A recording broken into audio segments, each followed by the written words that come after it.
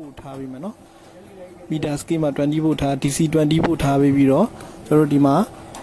ဒီ click လေးပေါ့နော် click လေးကိုအပေါင်းနှုတ်ကျွန်တော်တို့ကမှန်အောင်ညှပ်ပေးမယ်နော်အပေါင်းနဲ့အနှုတ်မှန်အောင်ညှပ်မယ်နော်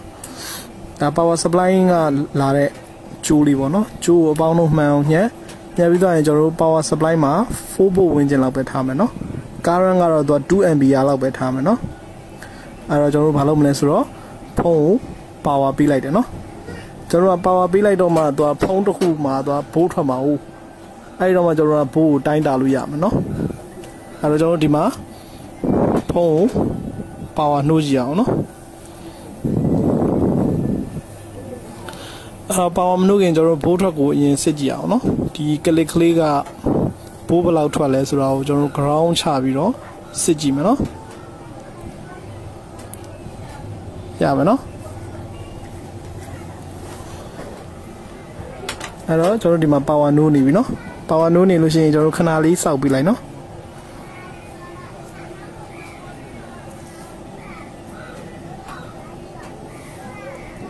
အဲ့တော့ဖုန်းက power တက်လာလိမ့်မယ် power တက်လာတဲ့အချိန်မှာခဏစောက်ပြီးနော်ဒီတိုင်း logo လေးတက်လာလိမ့်မယ်တက်လာပြီဆိုရင်ကျွန်တော်တို့ကဘယ်ထဲသွားမလဲဆိုတော့ setting နဲ့သွားမယ်နော်အဲ့တော့အပေါ်က notifier ကိုဆွဲချ setting ကိုနှိပ်ပြီးသွားလို့ရှိရင် sound နဲ့ကိုဝင်မယ်နော် sound နဲ့ကနေကျွန်တော်တို့က ringtone တစ်ခုပေါ့နော် single ringtone ဆိုတဲ့ဟာလေးကိုတစ်ချက်နှိပ်လိုက်မယ်နော်နှိပ်ပြီးသွားလို့ရှိရင်ကျွန်တော်တို့အမှ ringtone နည်းနည်းရှည်တဲ့ဟာပေါ့ဟာဝေးကျူးလို့ပါလို့ဆိုရင်နည်းနည်းရှည်တယ်ပေါ့နော်အဲ ringtone နည်းနည်းရှည်တဲ့ဟာကိုတစ်ချက်နှိပ်မယ်နှိပ်ပြီးကျွန်တော်တို့က speaker နဲ့အတန်ထွက်မထွက်ဆိုတာအရင်စမ်းကြည့်လိုက်အောင်ဟုတ်ပြီနော်speaker နဲ့အတန်ထွက်တယ်ဆိုလို့ရှိရင်စိတ်ချရတယ်ဆိုလို့ရှိရင်ကျွန်တော်တို့က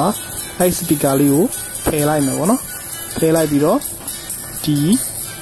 ဘိုးထွက်ကိုတိုင်းမယ်ပေါ့နော်ဘိုးဘယ်လောက်ထွက်လဲဆိုတာကိုတိုင်းမယ်ပေါ့နော်တစ်ဖက်မှာကျွန်တော်တို့က ground ချမယ်နောက်တစ်ဖက်ကကျွန်တော်တို့ကအနီတန်လေးနဲ့ပေါ့နော်အနီတန်လေးနဲ့ကျွန်တော်တို့ဟိုထောက်ပြီးတိုင်းကြည့်မယ်ပေါ့နော်အပေါင်းဘက်မှာကျွန်တော်တို့က2 volt ဝန်းကျင်လောက်ထွက်နေရမယ်နော်ဒါတော့တချင်းဖွင့်နာမှထွက်တာပေါ့နော်တချင်းမဖွင့်တော့ဆိုလို့ရှိရင်အခုလိုမျိုးပဲကျွန်တော်တို့က00ဖို့ပဲပြမယ်နော်အဲ့တော့ကျွန်တော်တို့က power clock ကိုပြန်ဖွင့်ပြီးတော့တချင်းတန်ပြန်ရွေးပေါ့နော်တချင်းတန်ပြန်ရွေးပြီးတော့ကျွန်တော်တို့ဒီဟွာလေးပြန်ထောက်ဆန်းကြည့်ပေါ့နော်ဒီမီတာတန်လေးနဲ့ပြန်ထောက်ဆန်းကြည့်တဲ့အခါမှာသူကဘိုးကဘယ်လောက်ဖို့ပြလဲပေါ့နော်အဲ့တော့အနက်ကိုကျွန်တော်တို့ကအနှုတ်မှာထားမယ်အနီတန်လေးနဲ့ကျွန်တော်တို့ခုနက speaker point နှစ်ဖက်မှာတငုတ်စီဆန်းကြည့်ပေါ့နော်ဘိုးကဘယ်လောက်ရှိရမလဲဆိုတော့ 1.8 1.9 2 volt ဝန်းကျင်အဲ့လောက်ရှိရမယ်ပေါ့နော်ရမယ်နော်